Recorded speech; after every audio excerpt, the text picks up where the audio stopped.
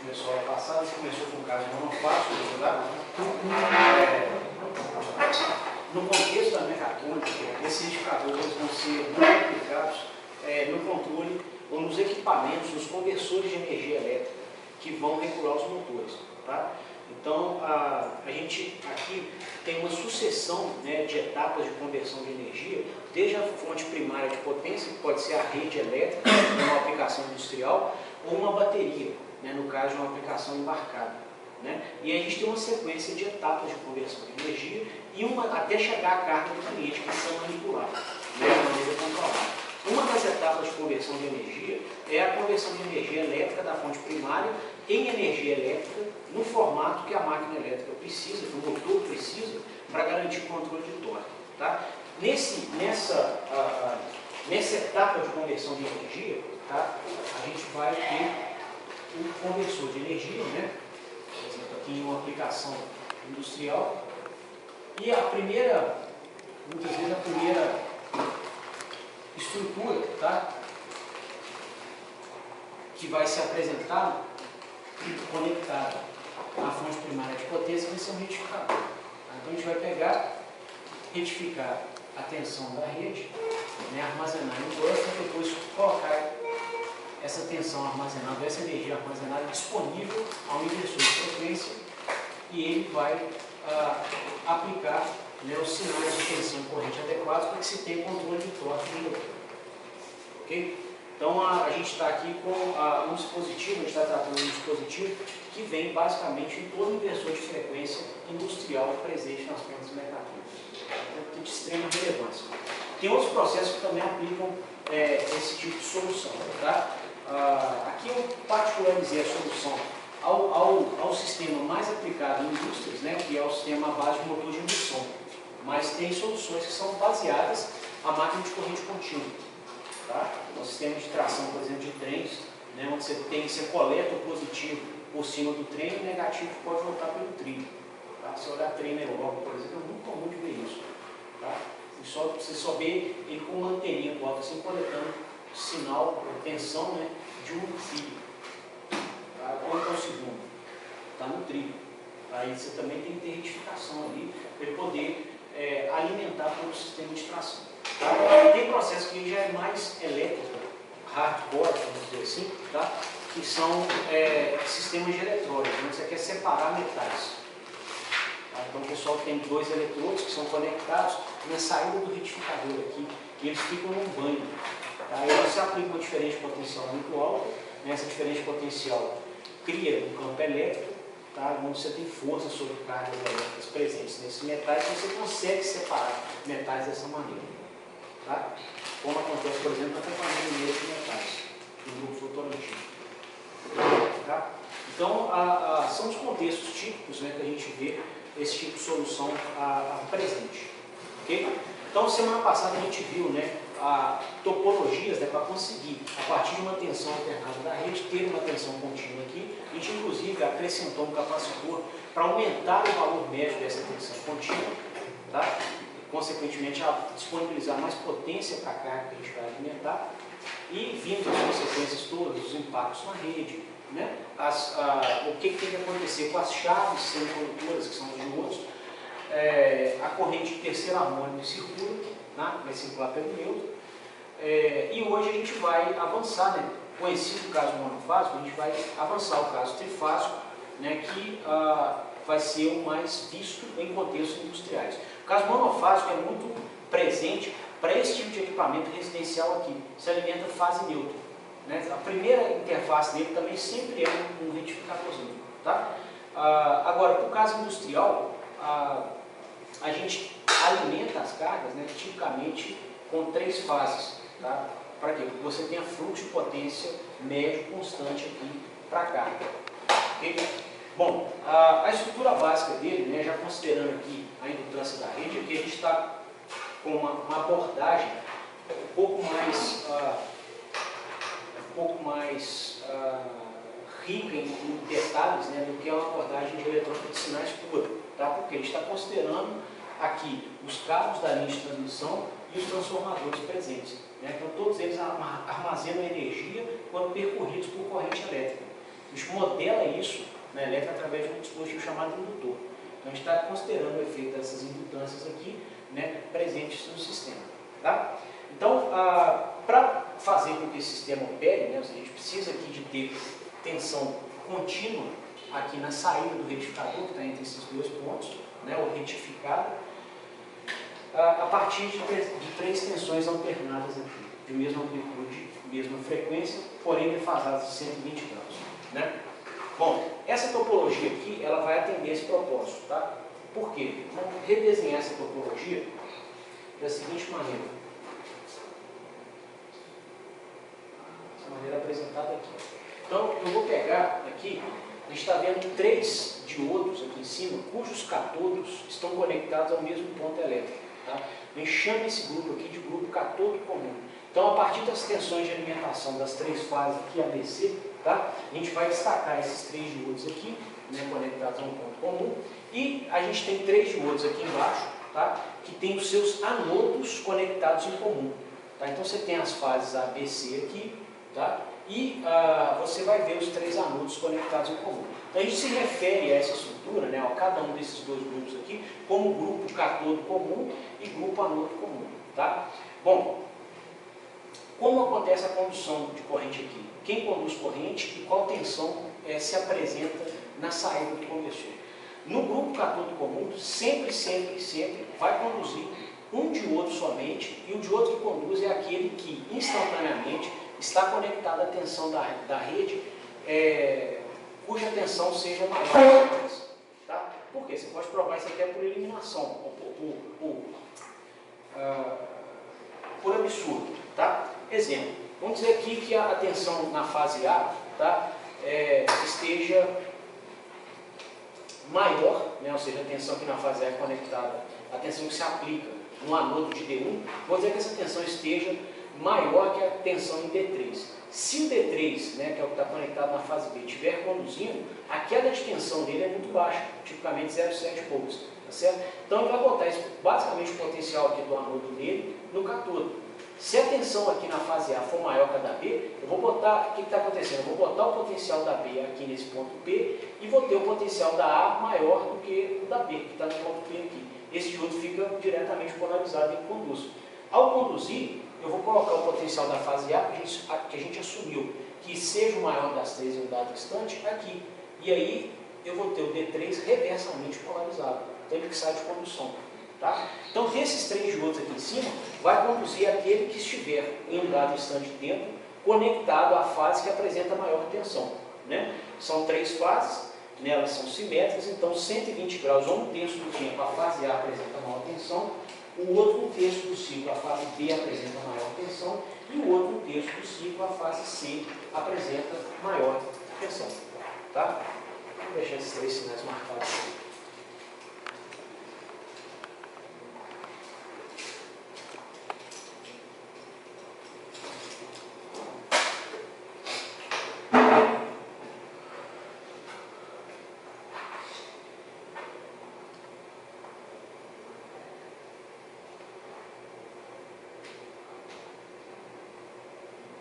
Estou marcando aqui com relação a aquele ponto N minúsculo, tá? Fase A. Fase B, né? Esse aqui está no causa 1/3. Se essa passou pelo zero agora, a fase B passará 1/3 do ciclo depois, os 120 graus. Então, a fase B passa pelo ciclo, pelo pico, também 1/3 do ciclo depois. E a fase C está 240 graus atrasado da fase A, ou seja, se a fase A passou pelo zero agora, 2/3 do ciclo, 240 graus, a fase C vai passar. Se aqui é 180 e aqui é 270, mais ou menos aqui assim.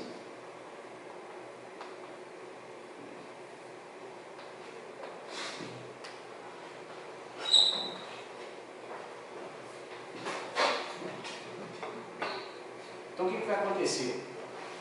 Existe um intervalo aqui, ó. Daqui até aqui, a fase A é a maior de todas. Daqui até aqui,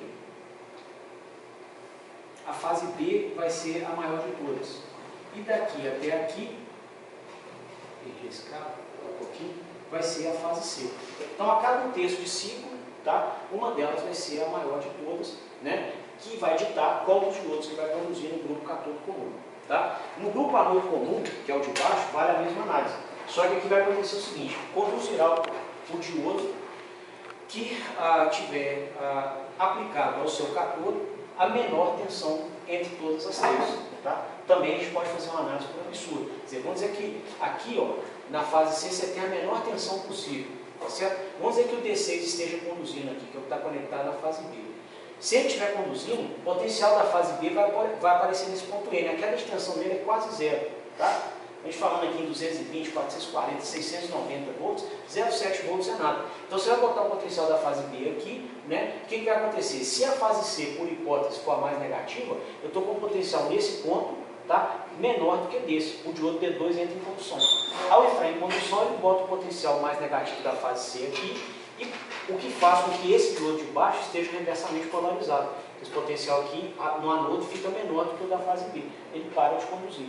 Então, por eliminação, sempre conduzirá o diodo conectado à fase que está mais negativa em um dado intervalo de tempo. Tá? O que vai acontecer então? A gente vai aplicar o potencial mais positivo de todos no ponto P e o potencial mais negativo de todos em um dado instante aqui no ponto N. Tá? Pelos sinais que a gente representou aqui, né, quem é mais negativo, né, em dado instante? Olha para você ver. Entre esse intervalo de tempo, entre esse instante de tempo e esse outro aqui, ó, a fase C é a mais negativa. Entre esse instante de tempo e esse aqui, ó, vai ser a fase B. E entre esse e esse, a fase A. Tá? Então, as tensões dessas fases aqui são as mais negativas, o que fazem, né? Que quando a fase aqui no início, quando a fase C for mais negativa, conduz D2, quando a fase A for mais negativa, conduz D4, e quando a fase C, C, A e B.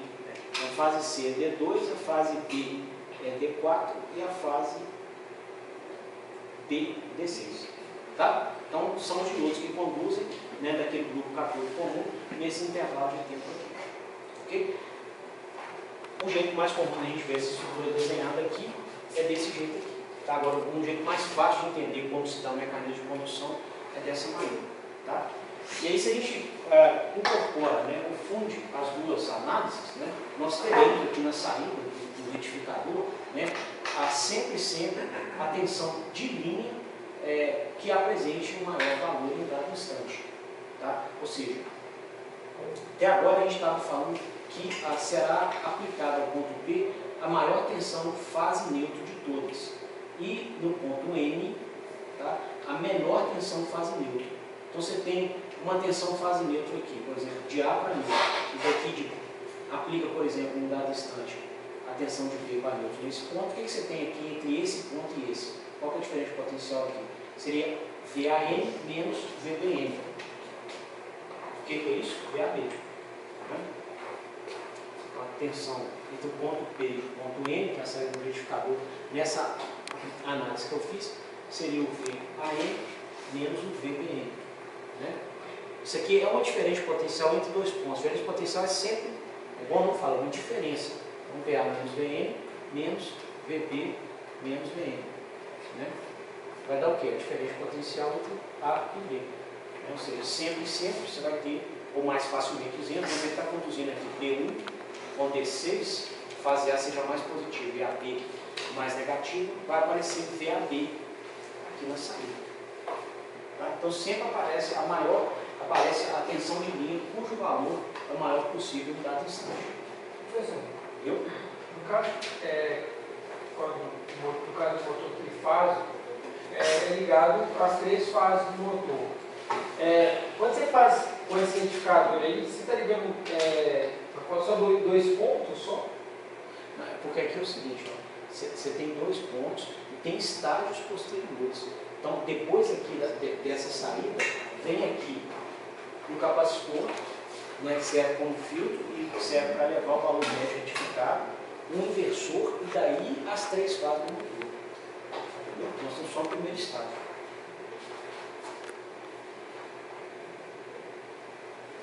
Bom, então aqui tem algumas formas de nome, né, para a gente entender o comportamento do sistema. Aqui estão as tensões que eu desenhei ali, né, VAN, VBN, VCN. Aqui a gente está com a tensão retificada, né, ou seja, na saída do retificador. Igual eu comentei com vocês, a tensão na saída do retificador vai ser sempre a tensão de linha, ou seja, a subtração entre duas tensões de fase, né, que representem em um dado instante o maior valor possível. Né. Nesse intervalo que ele achou mesmo, olha o que acontece, a fase A está mais positiva e a fase B a mais negativa. Então, a tensão que aparece na saída é o VAB. Tá certo? Bom, esses lóbulos aqui, né, eles vão conter 6 ciclos, ou 6, você vai perceber 6 lóbulos desse aqui em um ciclo de cada senoide. Por quê? Se a gente for pegar aqui os instantes onde tensões, né, deixam de ser mais positivas ou mais negativas, né, onde vai haver comutação de corrente entre os giros da ponte, você vai ver 6 instantes. Olha só, a gente começar daqui, ó, a fase A está mais positiva, ela conduz A com a B. De repente aqui, ó, a fase C fica mais negativa que a B. Aí vai conduzir A com C. Depois aqui em cima, a B fica mais positiva que a A, conduz B com C. Depois aqui, a A fica mais negativa que a C, conduz B com A. Depois, a C fica mais positiva que a B, conduz C com B. E nesse pontinho aqui, a B fica mais negativa do que a A, conduz C com B.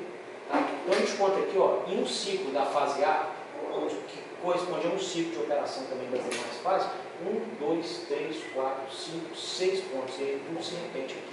Então você tem 6 lóbulos desse aqui, tá? Chama de retificador de 6 pulsos, ok?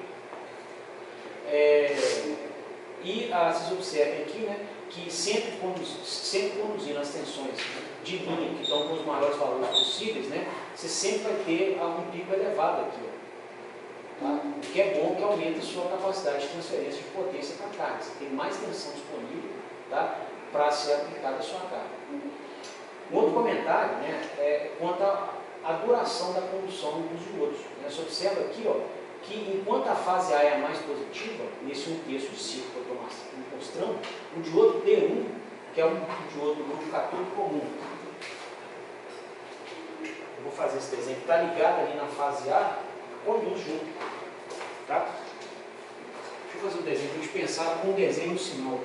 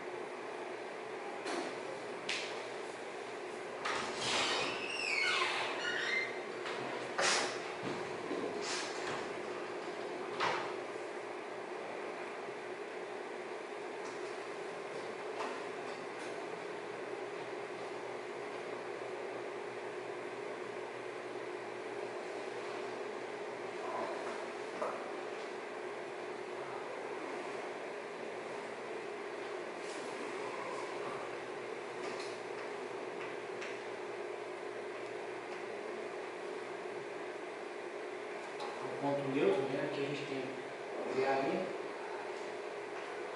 VBN, VCN. Tá?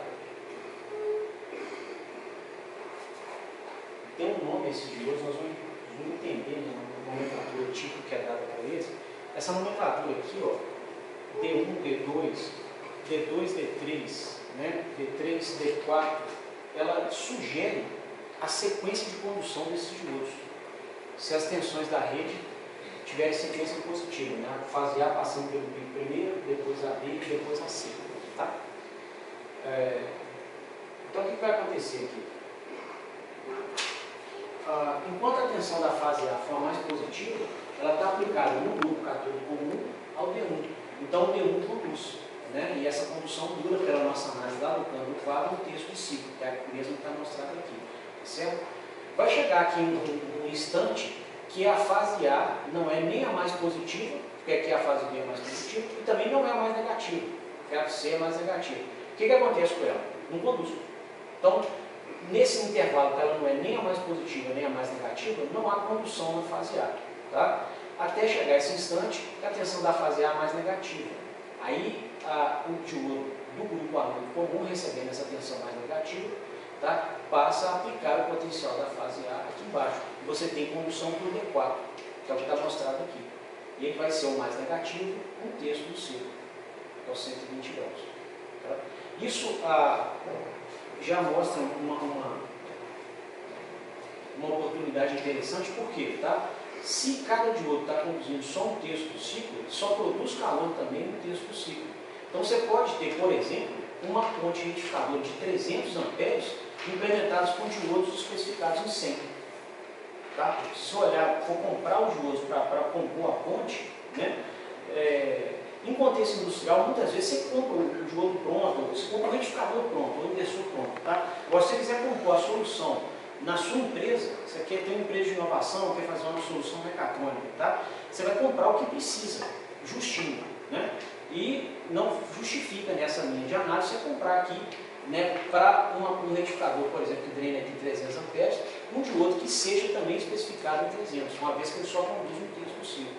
Comprar um diodo de 100 amperes. Tá certo? A primeira conclusão.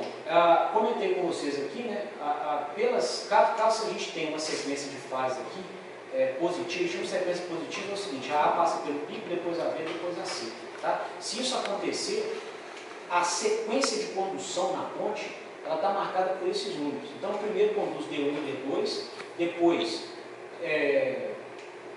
D2 e D3, D3 com D4, D4 com D5 e D5 com D6.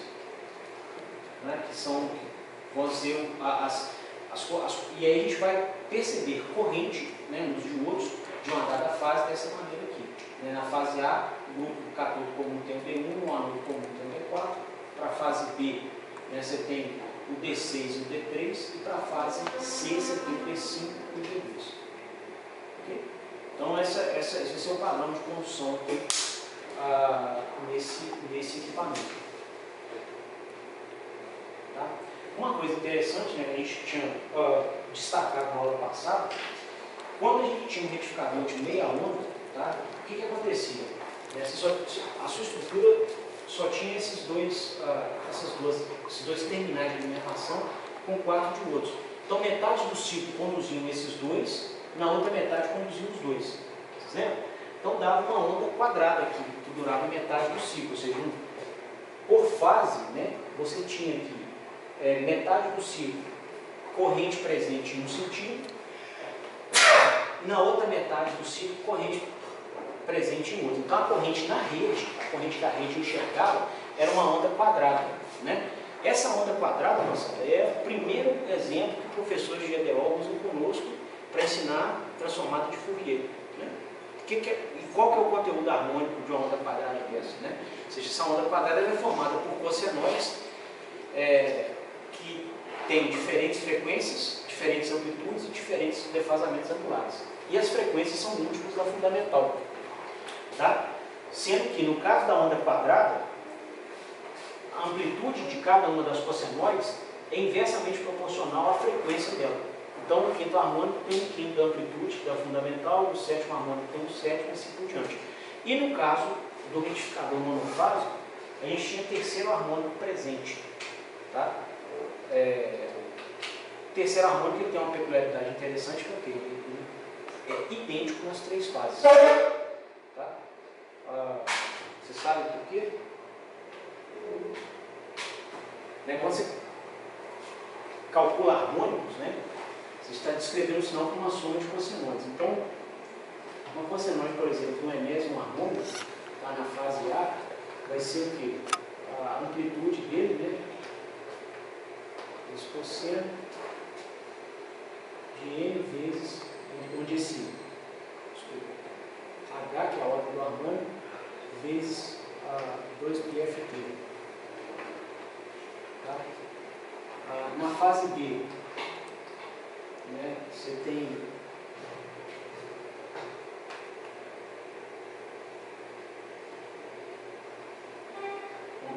máximo, que é a mesma coisa, cosseno da ordem do harmônico, vezes 2 πft menos 120. Se é fundamental da fase A está defasada de 120 graus, o harmônico correspondente. Se a fundamental da fase B está defasada de 120 graus, o harmônico correspondente a ele vai estar defasado da ordem do harmônico vezes o 120 também. Se não multiplica só a frequência, multiplica também o defasamento angular. Tá? E no componente, né, harmônico aqui na fase C, vai ter uma amplitude cosseno de H vezes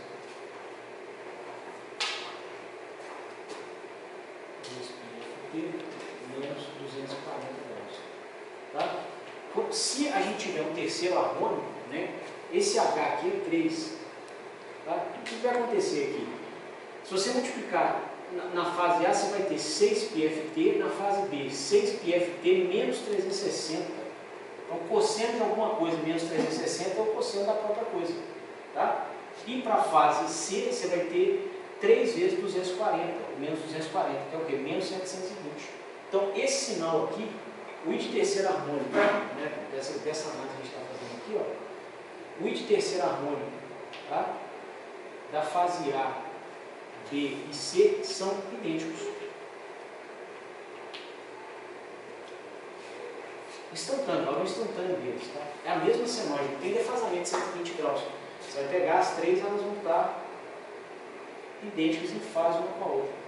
Fase A, B e C. Tá? E aí a gente viu, né, que se a gente for distribuindo aqui, né, no sistema trifásico, as três fases, aqui, a gente vai colocando as nossas cargas, né, por exemplo, residências, né? Você tem aqui cargas entre fase e neutro. Aqui está o neutro da concessionária.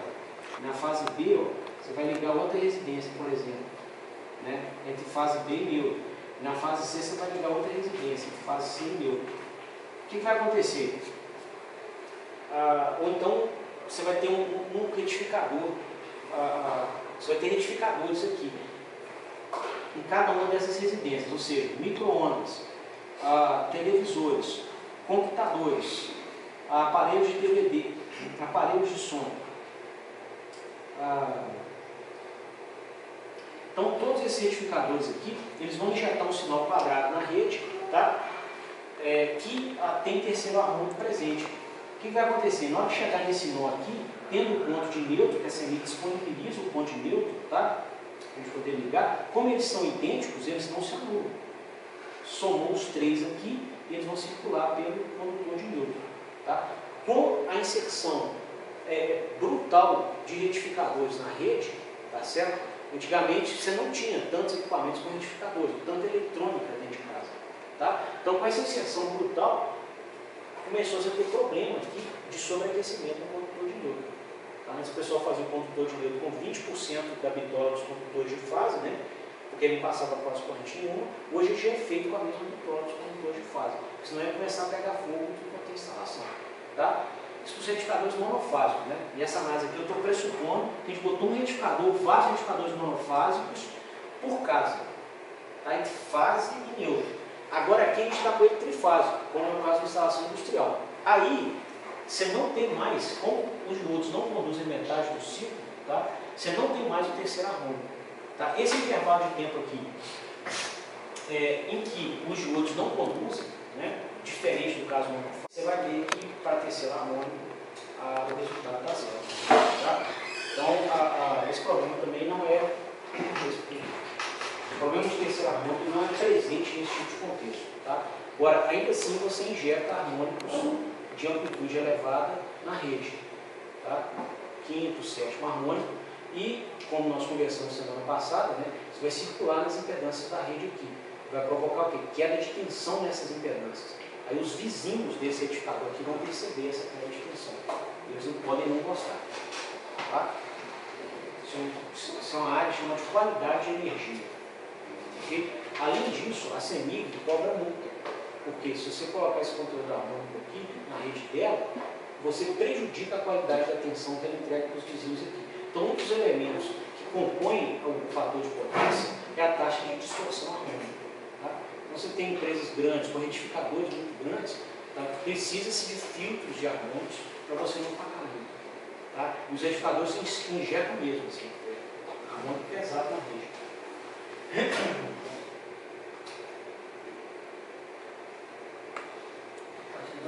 A taxa de distorção harmônica, na média da verdade, quanto de harmônica está sendo injetado na rede? Ela mede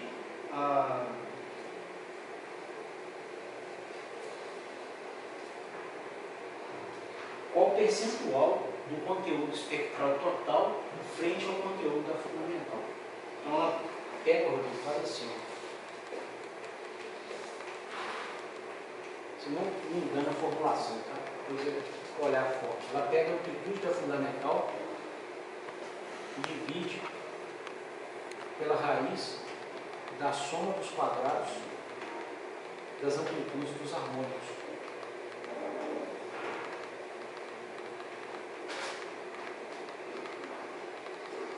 Tá?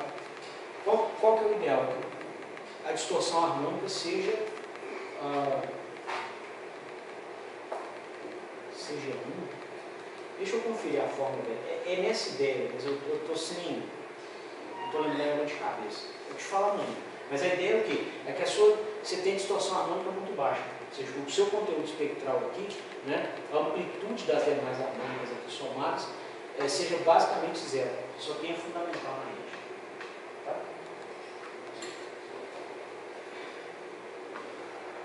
Então aqui a gente vai começar a análise, né, incluindo agora a indutância da rede, igual eu já adiantei. Né?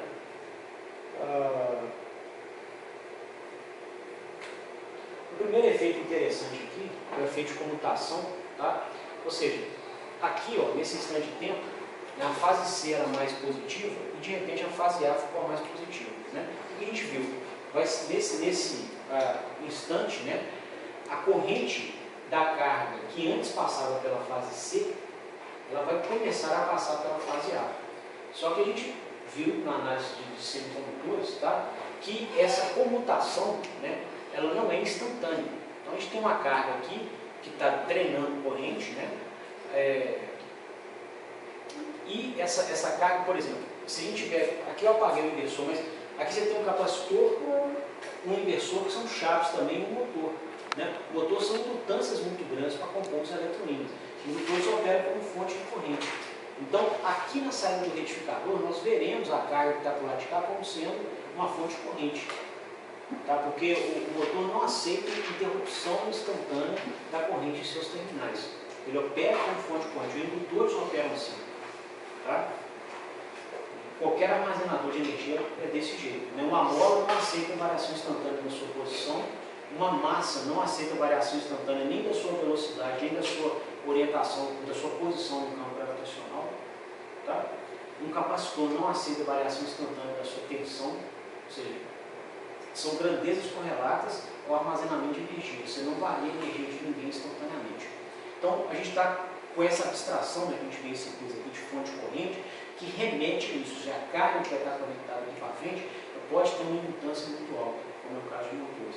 Né? E aí, dentro desse intervalinho de comutação de corrente aqui, a corrente na carga nem piscou. Continuou basicamente a mesma. Tá? E eu abri aqui essa janela de comutação, eu não, o autor, né?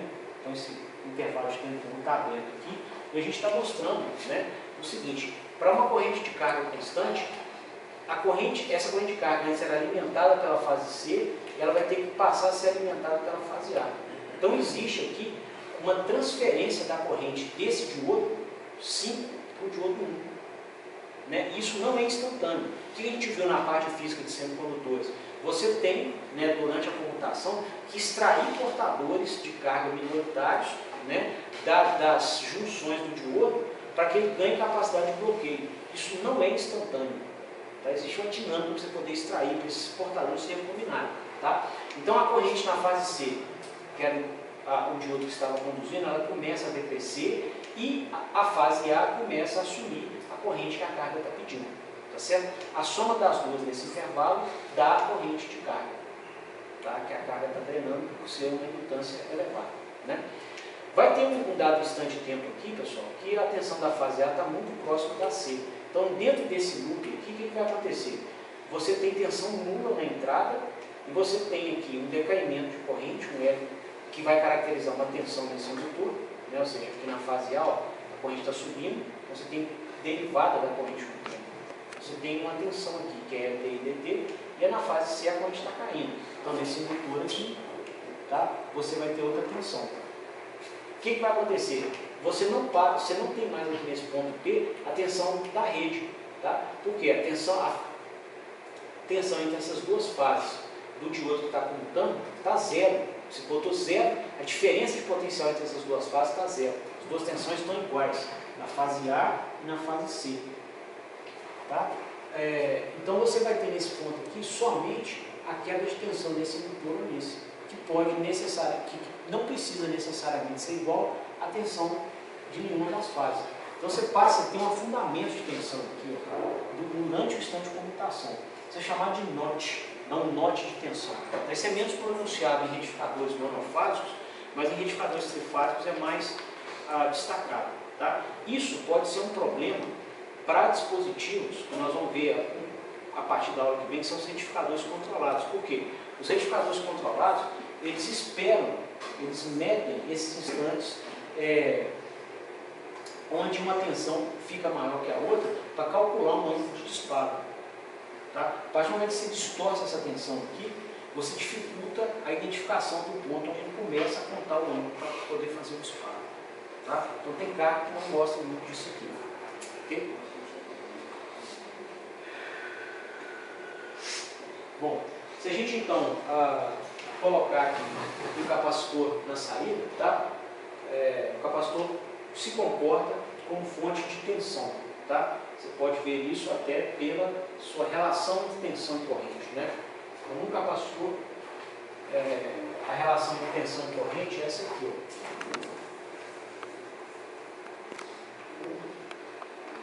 Se colocar corrente nessa polaridade e tensão nessa polaridade aqui, a tensão do capacitor, a corrente nele,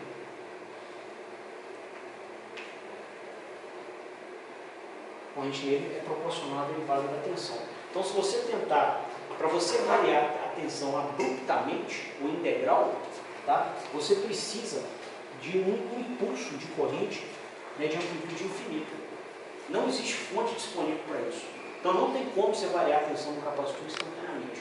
Tá certo? Ou, vendo de outra forma, a tensão do capacitor vai ser proporcional à integral da tensão, da corrente dele. Tá? Então tem que circular a corrente nele em um dado intervalo de tempo, tá certo? Para que esse efeito acumulado, a soma de produtos aqui, né? Integrar uma soma de alguma coisa. Então o que você está somando aqui? Que se integrar a corrente no tempo é carga elétrica. Então, corrente é carga que entrou em uma dada área por intervalo de tempo, vezes o intervalo de tempo da carga. Então você tem que acumular carga dentro do capacitor para você variar a tensão dele. Isso não é instantâneo. Certo? Então gasta-se tempo para você conseguir variar a tensão do capacitor. Tá? Se ele for grande, gasta-se muito tempo para conseguir variar a tensão dele. Então ele basicamente se comporta para alguns fenômenos como uma fonte de tensão. Tá? Pode para fenômenos rápidos, a gente pode considerar como uma fonte de tensão, que é o que está mostrado aqui. Tá? O que vai acontecer então, pessoal?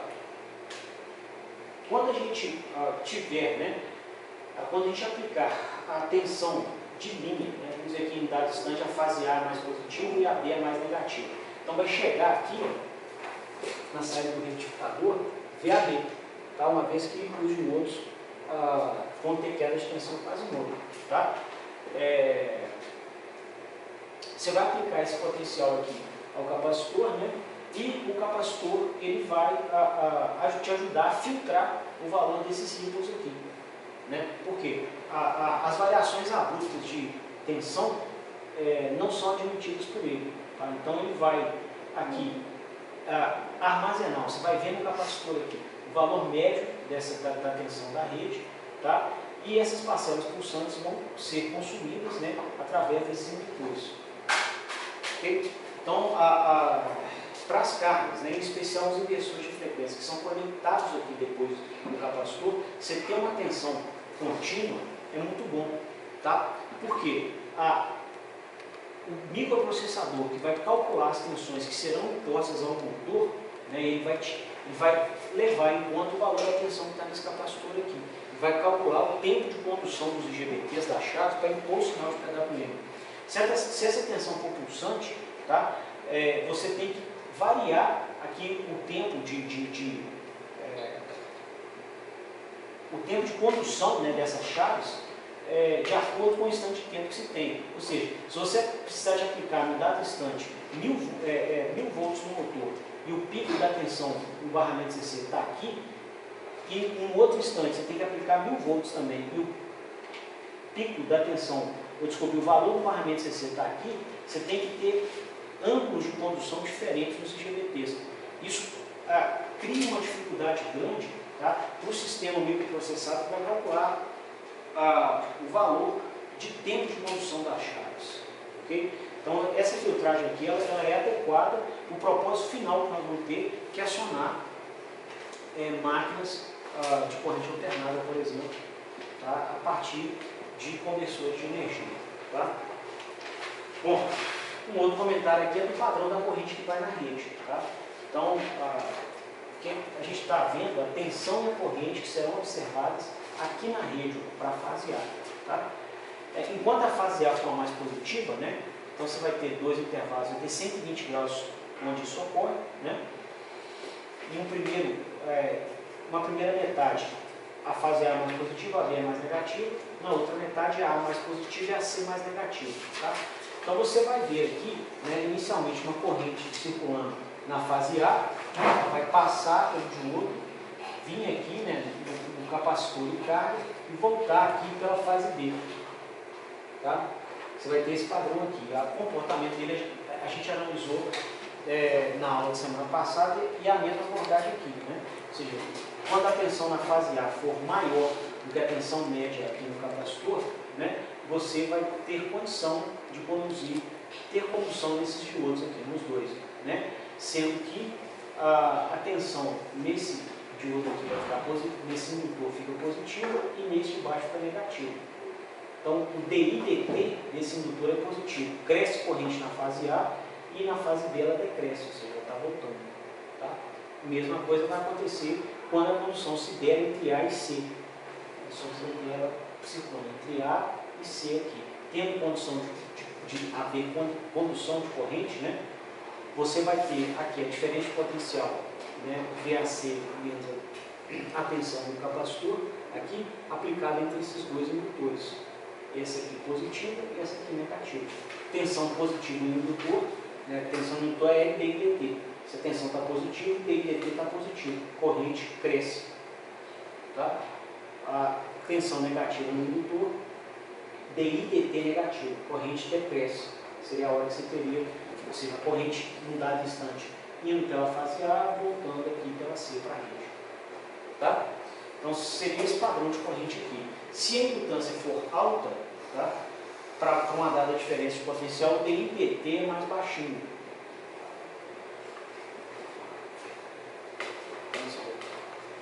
Está comentando a tensão nesse indutor aqui. Tá? Então, se em dado instante, tá, com uma dada diferença de potencial aqui, tá, se a impedância é alta, o DI/dt é baixo. A corrente cai suavemente. Então, se você botar impedâncias altas, você vai ter condição contínua aqui. A corrente não vai a zero. Tá?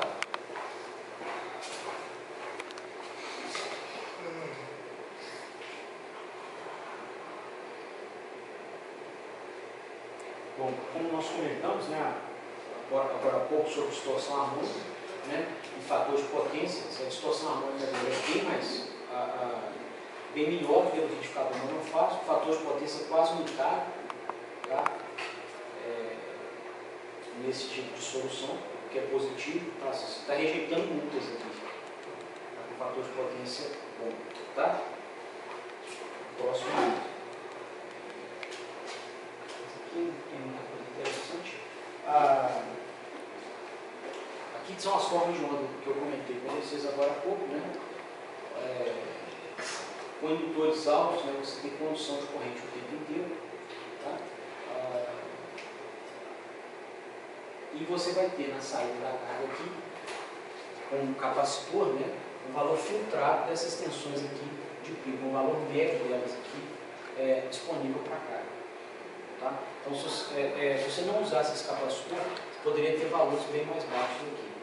Consequentemente, menos disponibilidade de fluxo de potência para a carga do seu cliente. Tá?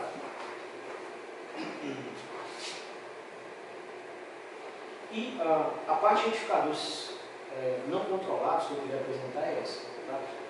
Nós vamos fazer um projetinho desses retificadores para entrega em 2 semanas.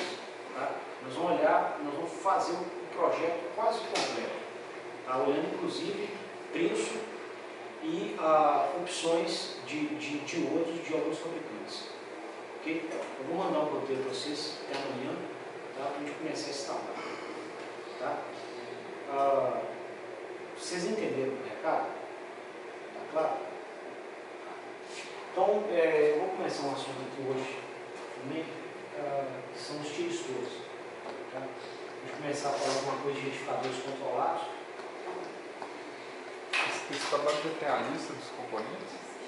Ou tem que ver ainda os componentes que você tirou seus Um dos produtos dele é escolher O individual trabalho. individual trabalho.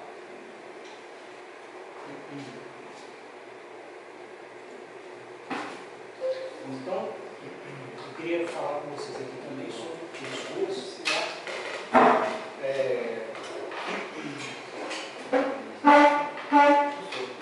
Você vai disponibilizar esses slides aí, vai? Se dá movimento, Eu achei lá no Pacharel, né? isso tem um Google de graça, não tem? Daí eu achei Esse é no tudo Google forte. era tudo Pacharel, bom? né? Era tudo bom, não? Tá doido? Bom, pessoal, a gente vai falar de um dispositivo novo aqui, a gente falou dos dispositivos, tá? Agora a gente vai falar dos tiristores. E o que a gente quer ganhar com os tiristores, né? O que se espera? É ter a capacidade de controlar, ter o melhor controle da tensão de saída do retificador. Tá? Observa aqui que o diodo que a gente usou, ele não tem capacidade de bloqueio de tensão direta. Tá? Ou seja, a tensão ficou positiva no diodo, ele conduz. Você não tem o que fazer. Tá? Tensão reversa ele até bloqueia. Tá? O potencial de católico for maior do que o anodo, ele vai bloquear. Agora, tensão direta não. Está com tensão positiva, ele vai ter condução de corrente aqui. Certo? E em algumas aplicações, você precisa de ter capacidade de controle do fluxo de potência para a carga o tempo inteiro. Não só retificar a carga pedir que precisa. Tá? Então, em plantas mecatrônicas um pouco mais antigas, tipo década de 80, tá? Os motores de grande porte de corrente contínua, tá? Então, você tem um sinal retificado aqui e alimenta um motor de corrente contínua. Tá? Eles usavam pontes a tiristor, pontes retificadoras controladas a tiristor. Por quê? Ali você precisa de ter controle de torque. Então, se você só retifica e bota uma tensão contínua nele, o torque que der, deu. Né? E a gente precisa, né, no caso de grandes laminadores, de ter controle do torque. Né? Por exemplo, vai entrar um material para ser laminado, ele não pode agarrar no cilindro de laminação. Se ele agarrar, ele agarra, gruda, depois você tem que tirar. Tá? São horas de perda de produção e perda dos 2 cilindros de laminação também. Um cilindro usinado é caríssimo. Né? Então você precisa de ter capacidade de controle de torque. Né? Por exemplo, ele tem baixo torque na hora que ele está rodando a vazia, ele começa rodando a vazia. Na hora que vem o material que vai entrar dentro dele, você tem que subir o torque e subir rápido. Tá? E se você tiver uma ponte, simplesmente uma ponte de outros, você não tem controle nenhum disso. Tá? Então, começou-se a se buscar soluções onde você pudesse escolher a hora desse sistema ligar. Tá? Depois começou a se buscar soluções para escolher a hora que liga e desliga. Tá? Aí o negócio fica mais arrumado, são os inversores de frequência. Então, dentro dessa estrutura, a gente começou a buscar aqui alternativas para aplicar um pulso elétrico aqui e falar com o dispositivo. Pode conduzir agora. Ou então mantém-se sem conduzir. Tá? Bom, Para fazer isso, então, né, o tiristor, ele tem essa estrutura, essa simbologia aqui, tá? Você tem os mesmos terminais de anodo, cátodo e gate. Tá? Sendo gate em inglês o quê? Gatilho, o disparo. Para a gente fazer o quê? Escolher a hora que ele vai conduzir. Tá? A estrutura dele, sendo condutor, é essa aqui. Tá? Então você tem, aqui, ao invés de ser só uma junção PN, um óleo de ouro, tá? Você tem aqui de gate para cátodo, uma junção PN, tá? Que você, ao aplicar um pulso positivo entre gate e cátodo, que é o que acontece para colocar esse dispositivo em condução, você polariza diretamente essa junção, que a gente vai chamar de J3. Olha essas duas aqui, que a gente vai chamar de J3. Você botou um potencial mais positivo de gate para cátodo, tá? Você tem a mesma situação de polarização de um de outro. Tá? O que vai acontecer aqui? Tendo, né, a polarização de um de outro, você vai reduzir a barreira de potencial aqui e aumentar em muito a quantidade de elétrons que fluem aqui do material N para o material P, por difusão. Tá? Chegando aqui no material P, você tem o que vai acontecer? Você vai ter uma região de polarização reversa. Tá? Então você precisa aplicar uma tensão aqui, né, contínua, para que esses elétrons, alguns deles tenham condição de migrar para cá e vir para o material P. Tá? Essa junção do J2 aqui, né, que opera reversamente polarizada, é a que nos dá a capacidade de bloqueio de tensão direta. Então você pode aplicar tensão entre anodo e cátodo, como você faz em um diodo. Se não tiver gate, é exatamente essa junção aqui, reversamente polarizada, que te garante que isso não vai produzir até a hora que você queira, até a hora que você aplica tensão aqui no gate. Tá certo? Caso você aplique tensão positiva nele aqui, né, esteja diretamente polarizado, e aplique tensão no gate, o que vai acontecer? Ele entra em condução. Tá?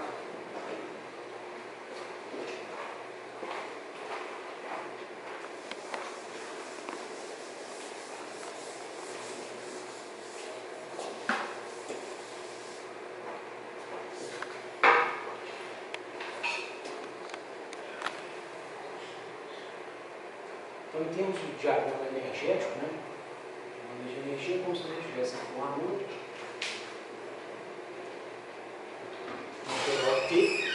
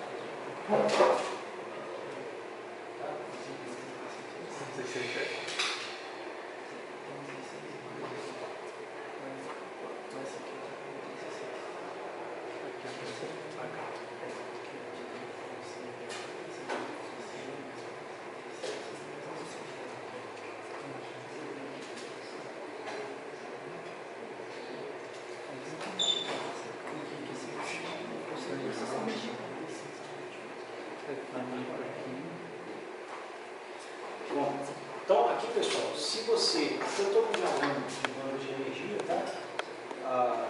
Colocando só a banda de condução, por exemplo, tá?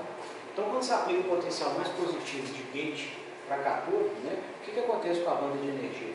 Ela reduz. Então, você vai ter aqui, ó, uma redução aqui nessa banda energética com um dispositivo diretamente polarizado e com comando de gate. O que acontece nesse contexto? Os elétrons daqui desse material N+, alguns deles que antes não tinham condição aqui de atravessar essa barreira de potencial, não tinham energia suficiente para ocupar esses níveis, vários deles agora passam a ter energia suficiente para migrar aqui dessa partilha aqui do substrato para cá, o material P. Então você vai ter aqui uma enxurrada de elétrons, tá? Vindo aqui do material N por P, tá certo? Essa junção aqui, reversamente polarizada, tá? Ela tende a ter uma barreira de potencial maior do que essa aqui, tá? Só que o que? Essa barreira de potencial ela inibe, né, o fluxo de elétrons daqui para cá. Só que daqui para cá não. Tá certo? Você vai ter então, basicamente, a maior parte dos seus elétrons injetados aqui nessa região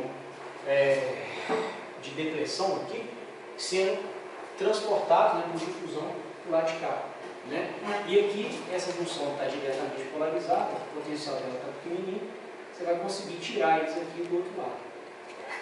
Tá? Então, a aplicação de pulso aqui no gatilho faz com que exista essa redução na barreira de potencial e você tenha condição, tá, de estabelecer condução no dispositivo.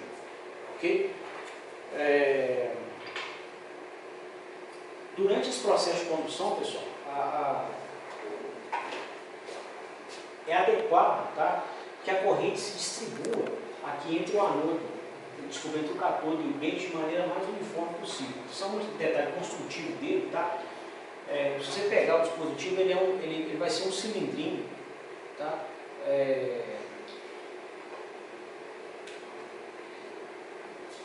Tem esse formato, a gente virou ele aqui, ó, pegou o círculo, virou e deu um corte nele no meio, tá vendo o que está aqui dentro, tá?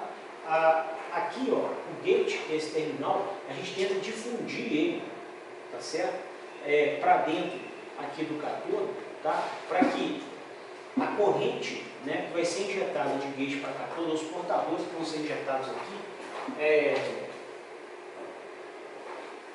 se distribuam o mais uniformemente possível nessa região. Porque no momento do ligamento, se você só concentra ele aqui, você tem acúmulo de muita corrente numa região só. Pode ser que a corrente sozinha não leve o dispositivo a queimar. Agora, se ela acumula só em uma região, ela pega e queima. Então, eles tentam distribuir essa corrente aqui o máximo possível nessa região, para você ter um aquecimento mais uniforme do dispositivo. Lembrando, corrente circulando em um dispositivo com resistência produz calor. Então, se distribuir melhor a corrente, você evita esse fenômeno. Tá? Tensão máxima de bloqueio direta, né? Ou seja, mesmo que você não aplique tensão corrente no gatilho dele, né? Se você for subir na tensão entre anodo e catódo, ele bloqueia, ou seja, a corrente é nula, né? Até chegar um ponto que ele começa a conduzir. Aí não tem como. Tá? A mesma coisa acontece com a capacidade dele de bloqueio de tensão reversa. Se você aplicar tensão reversa, né? Vai chegar um ponto que existe a ruptura, ele passa a conduzir. Certo? Ou seja, passa a ter um efeito de avalanche. Mas se você tem uma barreira de potencial aqui, para os elétrons não migrarem daqui para cá num cenário, né, de tensão reversa, eles passam a ser expostos a um campo elétrico tão intenso que quando colidem com a estrutura atômica, eles cedem energia a elétrons da banda de condução da banda de valência, para que eles tenham capacidade de ir para a banda de condução. E esses dois elétrons chocam com mais dois, e mais dois, e mais dois, você cria um efeito de avalanche. O dispositivo queima. Tá? Por outro lado, a partir do momento que você aplique corrente no gatilho, né, você faça essa injeção de portadores aqui, entre essas duas junções, né, catódo e gate, gatilho, tá? Você começa a conduzir, o dispositivo começa a conduzir com tensões bem mais baixas. Uma vez que ele esteja conduzindo, tá, a tensão dele é baixinha. Ok? O símbolo dele, né, vai ser esse aqui, nos diagramas, nos programas de simulação e tal, você vai ver, né, essa simbologia. Né, é igual ao de outro, só que você tem a capacidade de gatilho para escolher a hora que ele liga. Tá?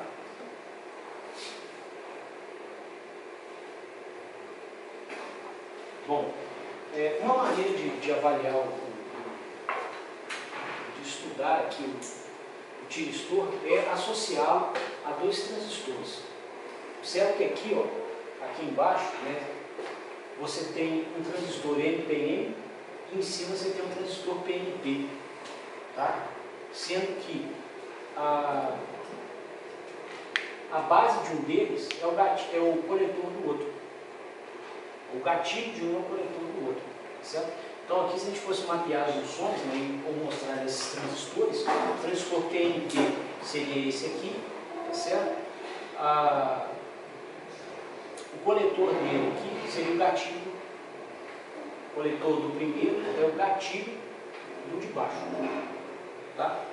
Que é esse aqui, NPN, tá? E o gatilho total do circuito é o próprio circuito, é o próprio terminal de gatilho do segundo tiristor, do segundo transistor que é o primeiro, tá?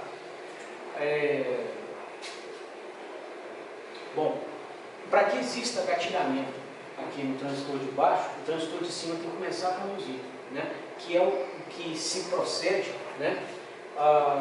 Quando a gente, desculpa, para começar a ter condução do transistor de cima, o de baixo tem que conduzir primeiro, né? Isso vai ocorrer, né, quando a gente faz essa inserção de portadores aqui entre gatilho e catódo. Tá? Então você primeiro tem que fazer essa inserção de portadores, diminuir a barreira de potencial e ter fluxo de portadores para cá. Tá? Então, quando isso ocorre, tá, você vai ter aqui corrente no coletor e esse coletor vai ativar a base do transistor de cima. Tá? Bom, a gente vai medir a qualidade desse transistor de baixo pela capacidade de aplicar aqui no coletor todos os elétrons que foram disponibilizados aqui no catódo. Então, se esses elétrons aqui do catódo, eles vão migrar aqui para o material P, que é o circuito conectado ao gatilho, né? E o transistor vai ser bom o suficiente se você não tiver recombinação deles aqui.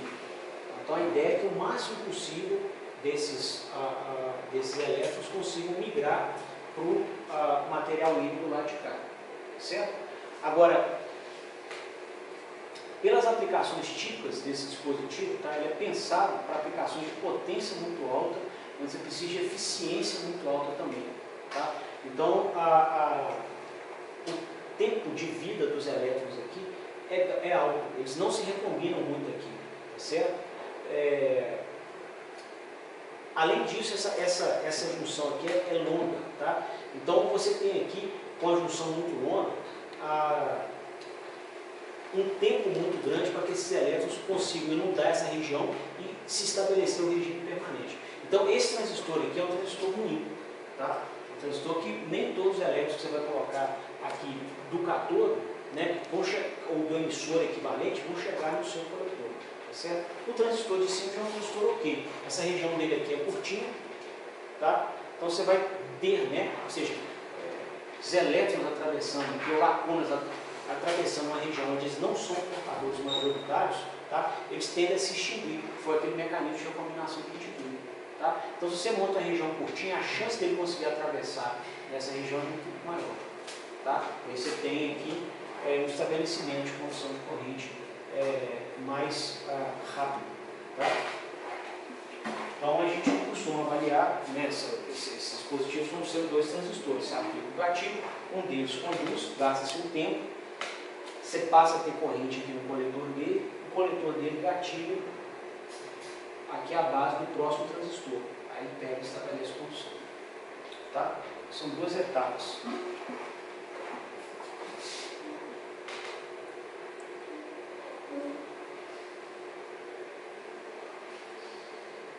Aqui está explicando esse comentário que eu tinha feito agora há pouco, né, do mecanismo de condução. Tá? Ele começa pelo transistor de baixo, onde você vai ter injeção desses portadores aqui quando a barreira de potencial cai. Tá? Gasta-se um tempo para eles chegarem aqui. Depois eles não vão ter, né, dificuldades, você não tem níveis energéticos mais altos que os iniba de fluir daqui para cá. Eles atravessam do lado de cá. E com a redução dessa barreira aqui em polarização direta, eles acabam chegando no núcleo. Tá?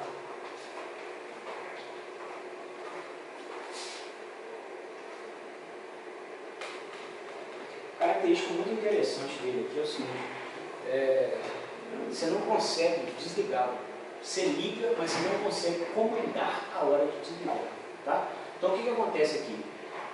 E o porquê desse fenômeno? Tá? Bom,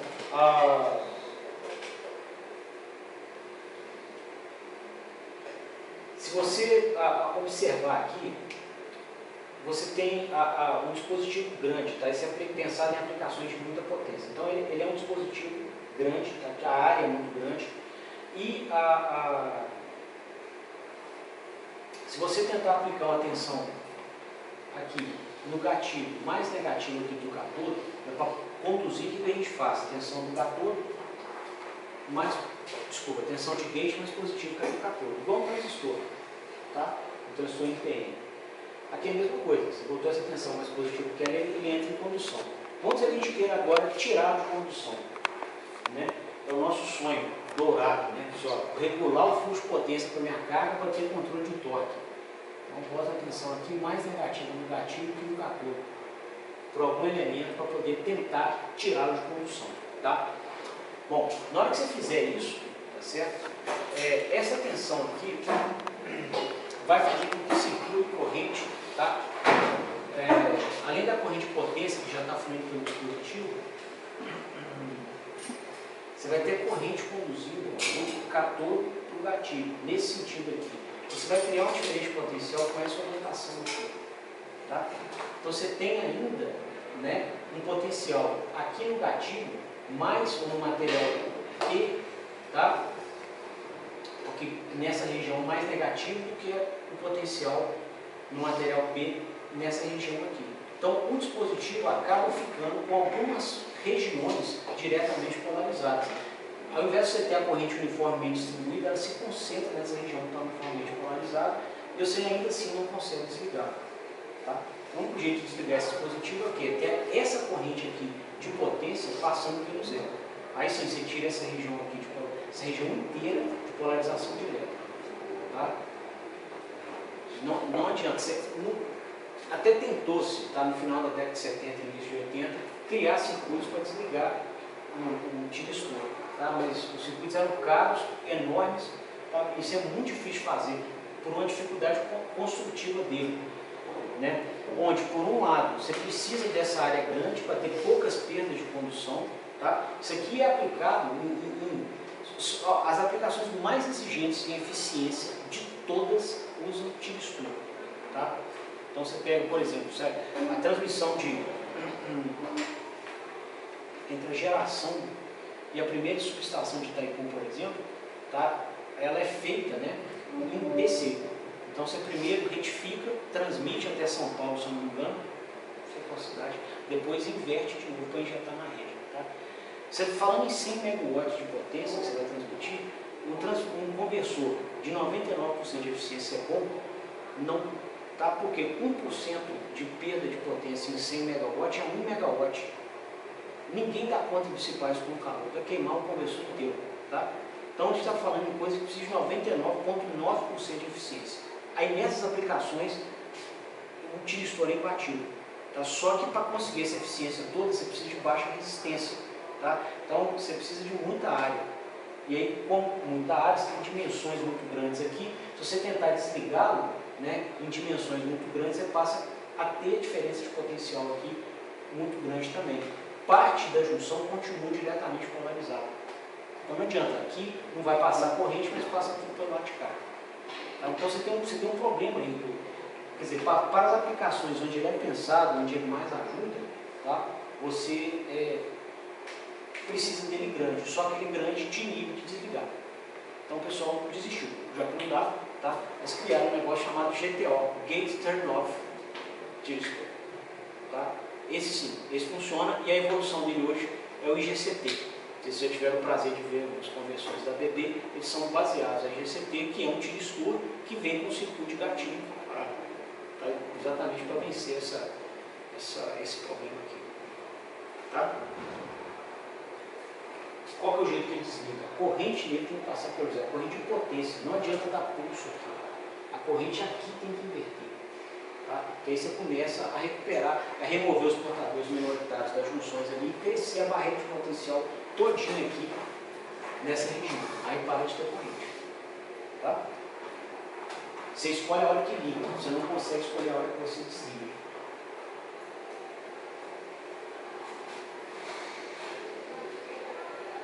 Aqui está falando da densidade de portadores durante a operação. Tá?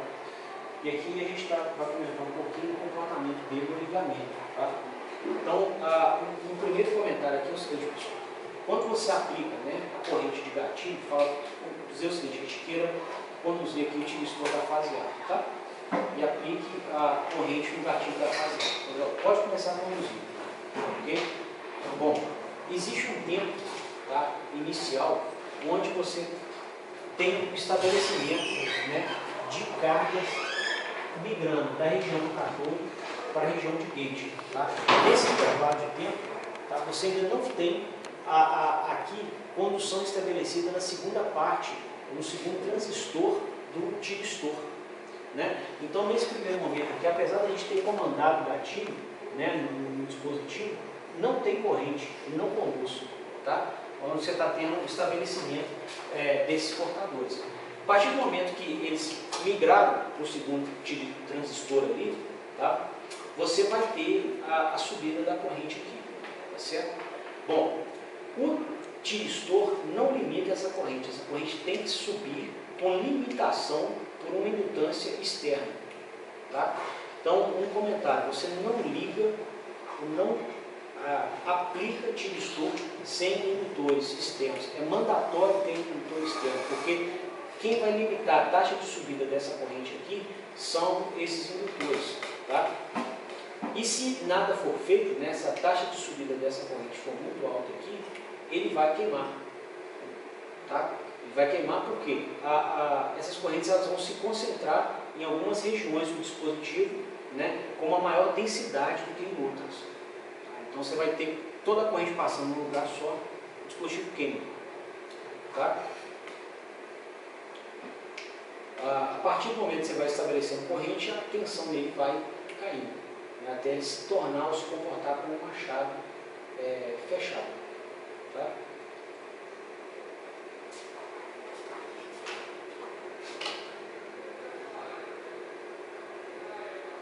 O comportamento do desligamento é igualzinho que a gente viu, né, um de outro, ou seja, o circuito externo vai impor corrente negativa, tá? Na hora que a gente quiser que ele desligue, por exemplo, quando você tiver a corrente carga está circulando aqui, ela era provida, né, ela estava circulando por D1, vamos dizer que em um dado instante ela seja comutada para D3. Tá? Então o D1 vai ter que entrar em processo de desligamento. Tá? O desligamento dele passa por quê? Né? Você vai ter uma redução na corrente, essa redução não é instantânea, porque você tem indutores que limitam a queda disso. O indutor não aceita variação instantânea de corrente. Quando essa corrente for ficar negativa, tá? Você vai ter remoção de portadores minoritários da vizinhança da junção, igual a gente viu. Quando você remover todos eles, tá? O dispositivo passa a ganhar capacidade de bloqueio de tensão. Então, a tensão dele não é mais nula, ele não é mais uma chave fechada. Tá? Quando você limpa todos os portadores minoritários, não só da vizinhança da junção, como da junção inteira, tá? Ele ganha capacidade de bloqueio de tensão reversa. Tá? A tensão dele passa a ser, por exemplo, se esse cara aqui parou de conduzir, tá? Você pode ter o potencial da fase B no catódo e o da fase A no anôdo. O potencial da fase B está mais positivo do que a fase A. Tem tensão reversa no cara dele. Tá? E é uma das coisas que a gente quer que ele aguente. Né? E é um dos itens que qualifica o dispositivo. Ele não isola qualquer tensão. Botou tensão muito alta, ele vai passar a conduzir, por efeito de avalanche. Ok?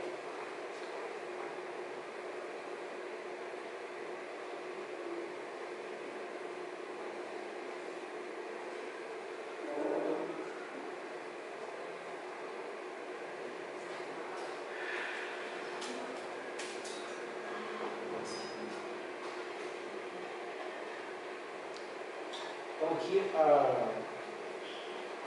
tem só a representação do que a gente conversou agora há pouco. Aqui está falando da limitação no DIDT, na subida da corrente, quando a gente vai ligar o dispositivo. Tá? Quando você aplica um pulso entre gate e catódo, tá? Inicialmente a corrente começa aqui, ó, na vizinhança próxima. Tá? E só tem corrente, você começa a ter a injeção de portadores por aqui. Esses portadores injetados aqui que vão fazer a migração. Se o circuito externo, tá, tiver uma indutância muito baixa, que não limite esse DIDT, tá, você vai ter esse fluxo de corrente todo passando em regiões muito pequenas do dispositivo. Tá? Você não teve ainda polarização dessa barrinha inteira. Então essa corrente muito alta, numa área muito pequena, né? O que é resistência? A resistividade vezes comprimento sobre a área. Reduziu a área, a resistência aumenta. Você vai ter uma resistência alta, com muita corrente, você tem o quê? RI ao quadrado elevado, muito calor. Tá? Então, a gente não, os fabricantes, inclusive, falam qual que é o DIDT máximo que o dispositivo suporta no ligamento.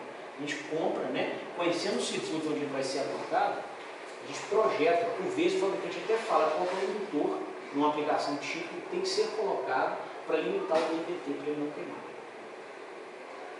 Ok?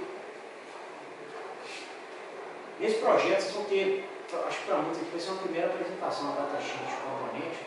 Vocês vão ver essas coisas com mais, com mais vida, né? Estou apresentando aqui, falando, mas nós vamos ver isso. Uma série de informações e dicas, né, para evitar esses problemas. Tá?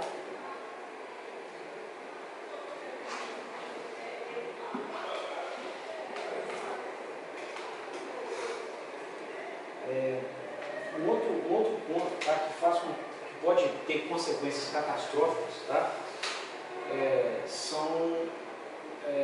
a entrada do dispositivo sem comando de gatilho. Tá? Então, por que eu estou falando que é catastrófico?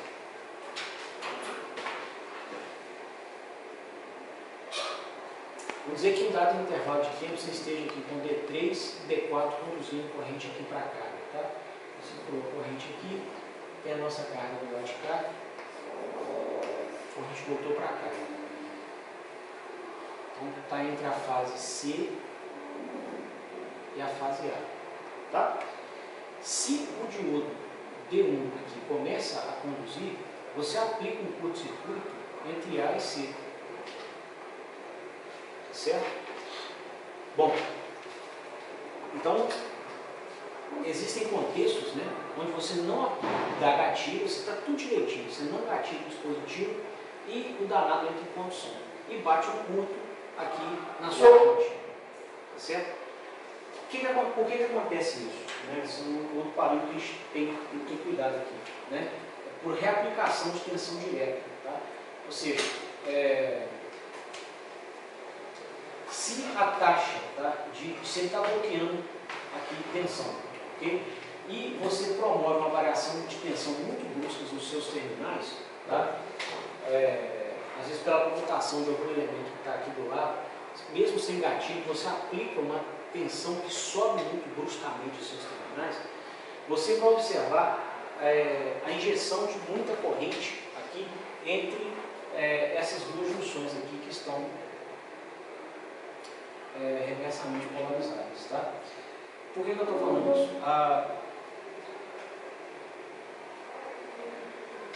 Existe aqui uma capacitância entre essas junções. Tá? Isso não é um capacitor montado. Então você observa o efeito equivalente de um capacitor. O que é um capacitor? Tá? Capacitor é um dispositivo, qualquer dispositivo na natureza, composto por dois condutores e um isolante por outro.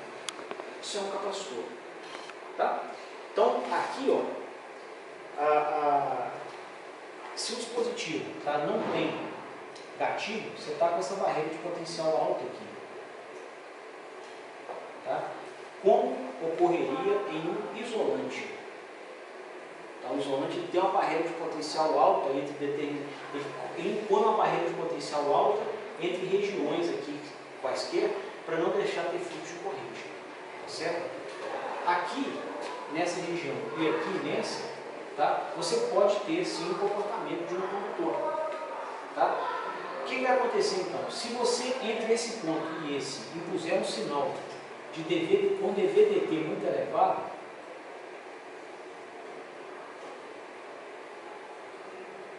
então seja uma variação muito brusca da tensão no tempo,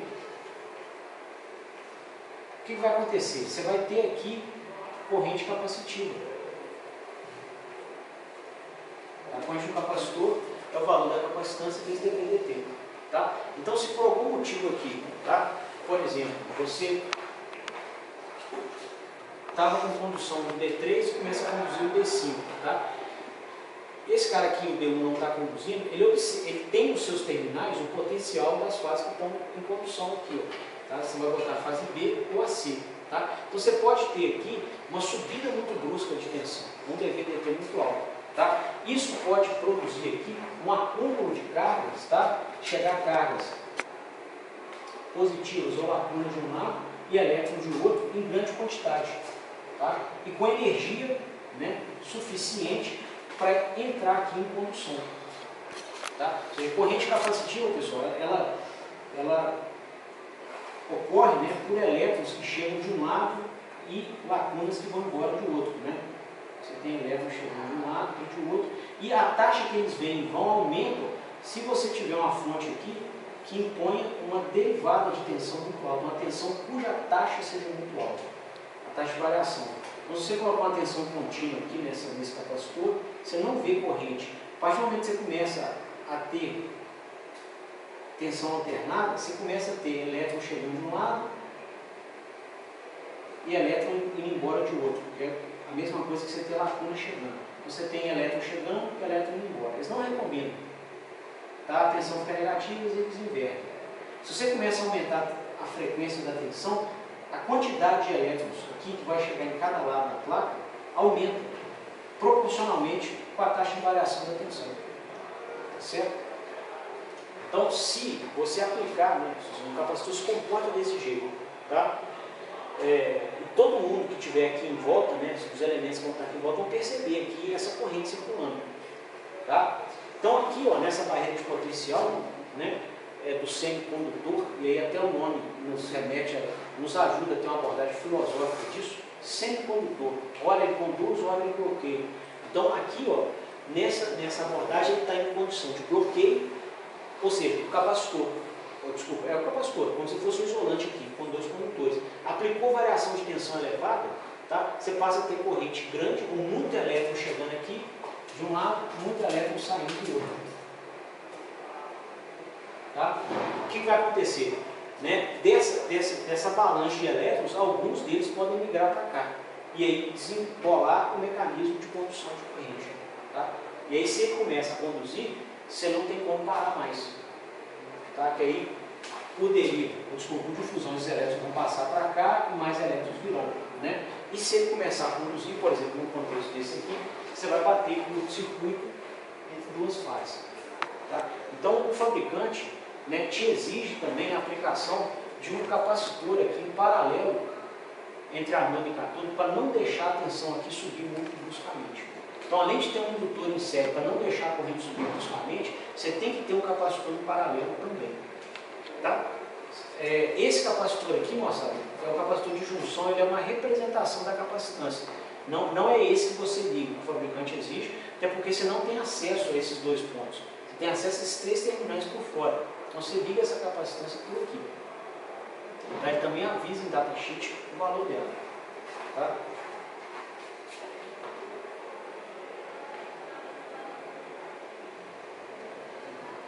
Bom, aqui ele está comentando o que a gente falou no início da aula, né? Para garantir uma distribuição de corrente mais uniforme na pastilha, né? Ele tem aqui essa estrutura, chama de interdigitada, né? Ele faz com que esse cateto ele seja, ele tem esses braços aqui para dentro da pastilha do anôde. Tá? Então você tem aqui o estabelecimento de corrente entre gate e anôde, entre gate e catodo, tá? Mais uniforme, não só um pontinho, tá? Para a corrente concentrar toda no lugar. Ok?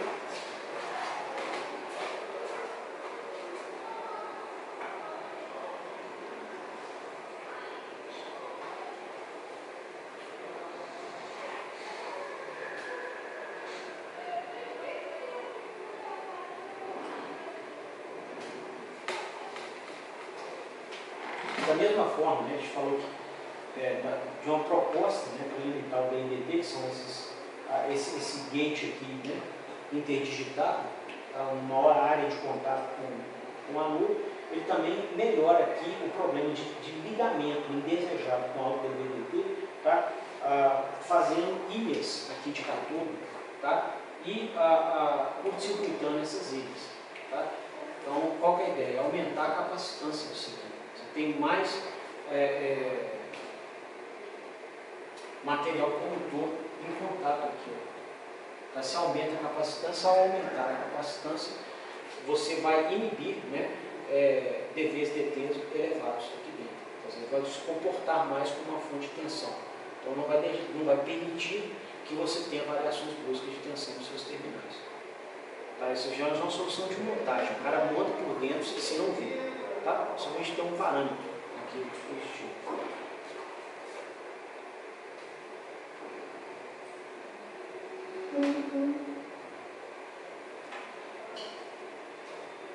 Eu vou parar por aqui. A gente, na verdade, a última transparência. Aqui está mostrando, né, a gente está vendo aqui alguns requerimentos para gatilhamento via gate. Tá? Então, um ponto de destaque é o seguinte: a corrente gate, tá, ela tem que durar aqui por um intervalo mínimo de tempo, tá, que é necessário para você poder fazer essa inserção desses portadores aqui dentro. Tem que ganhar, tem que se tornar uma chave fechada primeiro, para depois você tirar o pulso de gatilho. Você pode até tirar, não precisa tirar o tempo inteiro não, tá? Mas ele tem que já estar em condução. Okay? Então, tem um tempo mínimo aqui. Tá?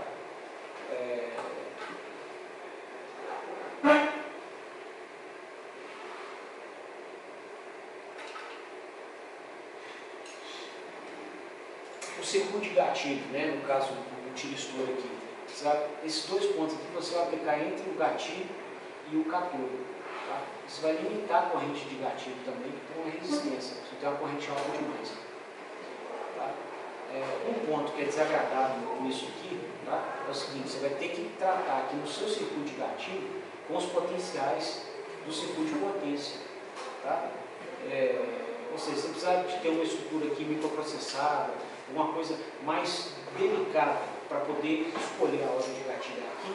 Você vai ter um problema sério aqui, que você está mexendo aqui com 3.000 volts, né? 6.000 volts em grandes laminadores. Então, isso não é agradável. Você está aqui com a parte de sinais e ter potenciais dessa ordem de grandeza aparecendo ali. O espaço, né, para os dispositivos que têm gatilhamento por efeito de campo. Você não precisa tomar sinais na potência. Tá?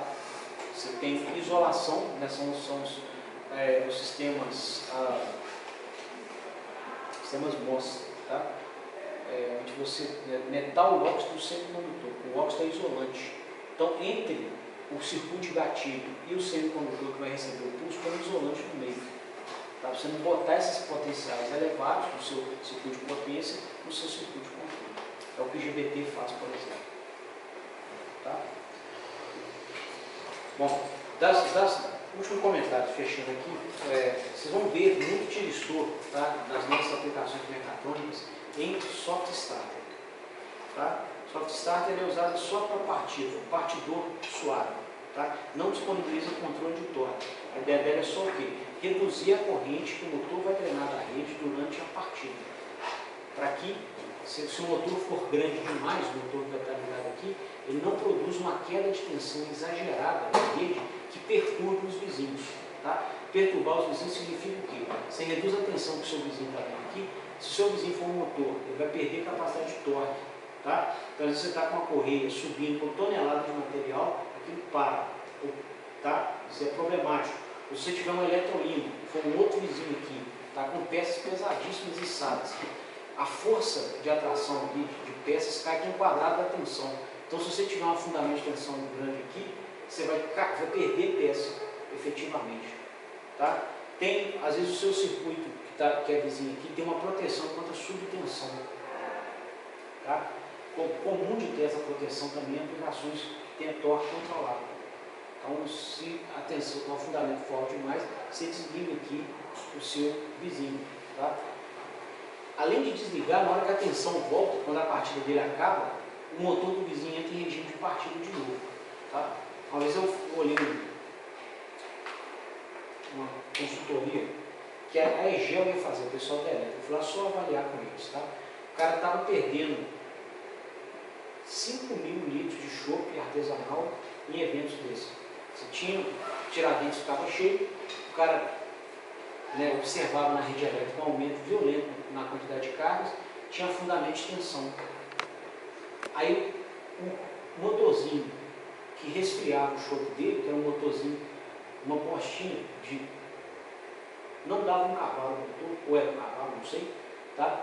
Que era suficiente para resfriar o chope, ele pegava, percebeu a fundamento de tensão, porque você tinha cargas aqui em paralelo e tal, e pegando muita corrente, em especial em feriados, a cidade é turística, então chegou o feriado, é a hora que sobe o consumo de corrente aqui, e todo mundo vai ligar tudo. Afundou a tensão, o motor dele, com perde a capacidade de torque, começa a frenar. De repente a tensão volta. Tá? N cargas que estavam ligadas ao mesmo tempo somem. Voltou a tensão, o motor do refrigerador dele entrava em partida. O que a gente viu das simulações de máquinas? Da corrente de partida. Não precisa da velocidade estar zero, é alta.